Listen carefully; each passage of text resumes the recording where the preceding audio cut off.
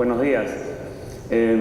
Agradecerles primero la invitación a los organizadores de este evento porque creo que tocar también el tema legal vinculado a los procedimientos, a los procesos de transformación digital es algo que es importante, cuando menos tenerlo mapeado, ¿no? Entonces yo quiero contarles un poco cuál es la relación o qué tiene que ver esto de la transformación digital con un tema legal, que es un abogado en un evento como este, ¿no? Porque eso es lo primero que puede parecer extraño, ¿no? Antes quiero preguntar, ¿hay algún abogado en la sala? Un abogado, dos. Ya, somos tres entonces, bueno. Eso es excelente porque creo que los abogados normalmente estamos acostumbrados a hablar mucho en difícil y técnicamente, entonces para mí es un reto y me gusta mucho hablarle a audiencias que no son abogados porque creo que es interesante generar ese tipo de interacción distinta, ¿no? Entonces, les voy a contar primero un poco sobre cuál es esta relación que existe entre el derecho y la tecnología, ¿no? Y creo que es una relación que se remonta a mucho tiempo atrás, ¿no? Acá estamos en esta imagen en Londres en 1896. ¿Les suena, digamos, familiar esta imagen? O sea, ¿les parece algo? ¿Entienden qué cosa está pasando acá? ¿Quién se anima a decir qué cosa ocurre acá? Algo parece algo medio raro, loco, ¿no? Pero ¿alguna idea? Es un auto, ¿no? Y sale un señor adelante con una bandera roja. Bueno, esto ocurrió en Londres cuando cuando aparecieron los vehículos motorizados, ¿no? Quienes se sintieron afectados por la llegada de esta nueva tecnología eran las personas que tenían carrozas y caballos, que decían, bueno, ahora viene esta nueva tecnología que nos va a poner en jaque, algo tenemos que hacer. Y se inventan las primeras normas de control de velocidad en Londres, ¿no? Estos vehículos tenían que ir a 3 kilómetros por hora y con una persona adelante con una bandera roja que iba alertando el peligro de esta nueva máquina que podía atropellar, ¿no? Entonces, esto lo que generó pues, fue un terror a quienes al negocio establecido. Los dueños de carrozas y caballos fueron al Congreso, pidieron una ley y se reguló una de las primeras regulaciones de tecnología, ¿no? De una nueva tecnología. Eso ocurrió en ese año, ¿no? En el 84, saltemos muchos años más adelante. ¿Alguien recuerda esta tecnología? ¿Sí? Betamax, ¿no? Yo no lo he usado, pero yo no me acuerdo de haberlo visto. Yo he usado VHS, eso sí. VHS me acuerdo clarísimo. Pero este fue el antecesor del VHS y Sony la lanza y fue una tecnología sumamente disruptiva en su momento, porque lo que permitía era algo que ahora es común, pero que en ese momento no, que es grabar algo que uno estaba viendo, algo que estaba pasando en la televisión para verlo después, ¿no? Entonces, por eso el mensaje era, mírenlo cuando quieras y como quieras, ¿no? Entonces, lo que quieras y cuando quieras. Entonces, ¿qué ocurrió cuando salió esa tecnología al mercado? Hubo un sector afectado también. Los dueños de películas y series de televisión dijeron, no, esta tecnología va a generar un caos. Entonces, iniciaron una demanda contra Sony por haber generado una tecnología que permitía copiar. Finalmente, esto llega hasta la Corte Suprema de los Estados Unidos y la Corte, aplicando un criterio de derechos de autor, dice que este uso que promovía esta tecnología no era un uso infractor, sino era un uso razonable, un fair use, y que por lo tanto no debía bloquearse la innovación, sino más bien permitir que siguiera funcionando, porque no tenía un fin esencialmente infractor, sino que permitía usos razonables y útiles, como el hecho de que yo pueda ver un programa y aprovechar mejor mi tiempo, lo dejo grabando y lo veo después. Entonces, pero esta relación de aparente tensión entre el derecho y la tecnología siempre ha existido, ¿no? Como les digo, es algo que es histórico. Y bueno, si es que el derecho y la regulación lo que hacen es bloquear y constantemente regular, puedes estar bloqueando la innovación. Y si no hubiésemos tenido este Betamax, probablemente algunos me dijeron alguna vez que el Betamax es como el tatarabuelo de Netflix, ¿no? Porque si no hubiese existido Betamax, probablemente no se hubiese desarrollado una cantidad de negocios vinculados al Betamax que nos lleven hasta el día de hoy a lo que es Netflix, ¿no? Entonces, Internet quizás es una de las tecnologías más innovadoras disruptivas que han aparecido en el tiempo, ¿no? Y nos trae, pues, nos genera definitivamente un espacio de innovación increíble, ¿no? Ahora ha democratizado la forma de emprender y de generar disrupción. Cualquier persona desde su celular, desde sus computadores, desde una laptop puede generar un negocio. De hecho, Juntos es un ejemplo interesante, ¿no? Porque desde cualquier dispositivos se puede generar empresa, y eso es algo que no ocurría antes, ¿no? De una manera tan sencilla.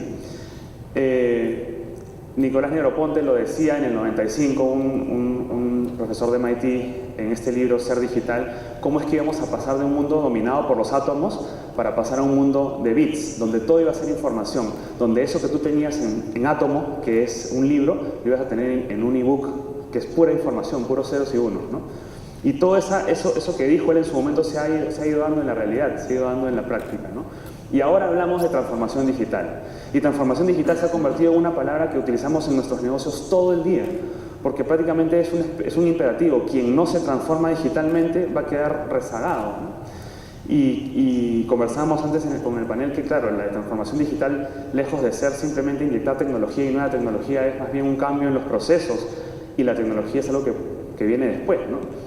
Pero en este proceso también hay un tema importante vinculado a lo legal, ¿no? Y es que hay que mirar, yo les voy a dejar 3 ejemplos de muchos que existen, no vamos a cubrirlos todos por un tema de tiempo, pero sí 3 que espero que ustedes se puedan llevar como inquietud, como un aperitivo, digamos, para que luego lo puedan seguir investigando si les interesa, ¿no? En el Perú tenemos un marco muy robusto en materia de regulación aplicada a espacios digitales, ¿no? Al contrario de lo que se piensa, muchas veces me dicen, no, el Perú debe estar muy atrasado en esto. No, no está muy atrasado, tenemos mucha regulación, demasiada regulación, pero mucha regulación que probablemente o no se aplica o no es aplicable, o no se ha masificado el uso y no ha sido la más eficiente. Entonces tenemos, y hay que conocer, digamos, estas oportunidades que ofrece la regulación, porque el fenómeno digital, ojo, es un tema totalmente transversal a la economía, entonces atraviesa muchas ramas y muchos campos del derecho y de la regulación que hay que mirar. Hay 3, el primer tema en el que me quiero centrar, ya lo mencionó incluso Oscar hace un rato, es el tema de data. Un gran activo de los negocios digitales es la información, es la data que tú tienes que obtener de tus clientes para poder darles un servicio más personalizado. Y hay 3 tecnologías o 3 tendencias tecnológicas que están ahorita marcando una pauta. Una, el Internet de las cosas, ¿no? Que cada vez más vamos a tener distintos dispositivos conectados a la red, botando información nuestra, ¿no? La refrigeradora, el auto, ya van a venir todos con conexiones a Internet. Antes solamente era el dispositivo móvil, ahora ya todo esto va a ir generando una cantidad de información que puede ser muy útil para los negocios, para monetizar esa información. Otra tecnología interesante, la inteligencia artificial, la estamos viendo ahora. Hay chatbots, quizás el ejemplo más común más básico de inteligencia artificial podría ser Siri, ¿no? El asistente personal del iPhone, pero sobre esa base ya Watson y hay otra serie de tecnologías que han evolucionado y aquí ahora hay software que puede ir aprendiendo y captando información y aprendiendo y generando nueva información. Tecnología vestible, ¿no? Ahora muchos de ustedes quizás utilizan dispositivos para correr o que van monitoreando todo tu estado físico, tu salud, ¿no? Muchas empresas que antes eran consideradas de deportes ahora se han convertido en empresas de tecnología que lo que hacen es justamente utilizar esta información para darte mejores servicios. Toda esta información dice mucho de nosotros y está siendo procesada. Y ahí es donde entra la primera regulación que yo les dejo como inquietud, ¿no? Que es, en el Perú tenemos una ley de protección de los datos personales que lo que hace es darle a las personas la posibilidad de controlar su información, controlar lo que hacen empresas o el propio Estado con su información personal, con sus datos personales. No voy a entrar en muchos detalles, pero si yo tuviese que decirles qué cosa, hacer un resumen de qué cosa, de cuáles son los principales, de cuáles son los principales temas de esta norma, aparecen ahí abajo, esos 3, ¿no?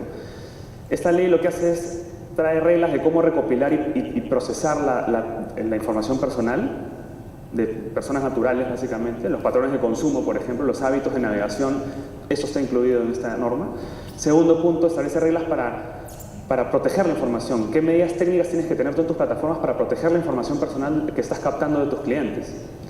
Y un tercer tema, le da derechos a las personas para que las personas puedan tocarle la puerta a cualquier negocio y decir, ¿qué información mía tienes? Si la tienes, elimínala. Y el negocio va a tener que responder en un plazo determinado, va a tener que tener canales de atención para poder responder a estas inquietudes. Y esto lo permite la ley, ya está en vigencia, y digamos que es una realidad, se tiene que implementar, y choca directamente con con estas grandes posibilidades que te permite la tecnología de almacenar grandes cantidades de información, porque los negocios van a tener que cubrirse ante posibles denuncias de usuarios o requerimientos de usuarios que quieran saber qué cosa está haciendo con su información. Entonces, ese es un primer tema. Un segundo tema es la contratación electrónica. Muchas de las iniciativas que tienen que ver con negocios digitales lo que hacen es justamente hacer más fácil el proceso de contratación, más fácil la digitalización del contacto a través de canales digitales. Y yo he recibido muchas veces preguntas como, oye, ¿es posible contratar a través de un medio electrónico? Y sí, sí es posible, es totalmente posible. El Código Civil, y ahí he puesto los artículos, te permite manifestar voluntad a través de medios electrónicos. Y claro, contratar electrónicamente, si no fuese posible contratar a través de medios electrónicos, el comercio electrónico y todas esas iniciativas serían muy complejas, pero sí es posible hacerlo. Además de eso, tenemos regulación en el Perú bastante robusta, bastante amplia sobre firma digital, ¿no? O sea, tenemos una ley que regula la firma digital, que es un protocolo, digamos, bastante seguro, que me permite, a través de algoritmos, garantizar que yo soy la persona que digo ser y protege el documento de tal manera que este documento no sea alterado cuando viaja de un punto a otro, ¿no? Entonces ya existen proveedores de software de firma digital y esto está bastante regulado en el Perú. Esto, ojo, cuando digo firma digital hago una diferencia con lo que es una firma escaneada, no tiene nada que ver con la firma escaneada, es un tipo de algoritmo específico, una tecnología específica que utiliza un sistema de dos claves, de doble autenticación, y con eso se puede suscribir documentos de forma segura. Entonces existe este estándar, está regulado, y cualquier tipo de documento que se genera bajo este esquema de firma digital tiene plena validez legal y puede ser utilizado incluso como prueba frente a algún juzgado o algún tribunal. Ese es el segundo tema que les dejo. El tercero tiene que ver con las plataformas digitales, con algunos temas legales que tienen o que involucran a cualquier plataforma digital. Una primera es cuál es el régimen de propiedad intelectual para la creación del software de tu plataforma, ¿no? Normalmente uno cuando crea un software dice, ok, llamo al desarrollador, ¿no? Y hay una cantidad de temas de propiedad intelectual vinculados, por ejemplo, ¿no? Si es que se está utilizando software de open source, ¿no? El open source es un tipo de software que está sujeto a licencias en las cuales te exige a ti, a su vez, abrir el código. Entonces, este tipo de licenciamientos es importante considerarlos al momento de desarrollar. Y además, asegurarte de que cuando tú contratas a terceros para que te desarrollen una aplicación, poder exigirles, pedirles la cesión de esos derechos de propiedad intelectual que ellos generan al desarrollar el código. Ese es un tema, por ejemplo. Otro tema, los términos y condiciones, que son básicamente las reglas de juego en la plataforma. Cuando uno entra a cualquier portal o cualquier aplicación online, deberían tener términos y condiciones que te digan cuáles son las reglas de juego en el portal. Y limitar la responsabilidad de la empresa, por supuesto, ¿no? En los casos en los que corresponda. También, si se trata de un portal de comercio electrónico, tener políticas de ventas, ¿no? ¿Qué ocurre? ¿Cuáles son las reglas que aplican si es que el producto no me llega, si es que tengo alguna queja, un canal de reclamación? Y esto está vinculado con normas de protección al consumidor que están reguladas por Indecopy en el Perú. Y también, si tienes un portal, por ejemplo, de contenidos, ¿qué ocurre con los contenidos que cuelgan terceros en mi plataforma?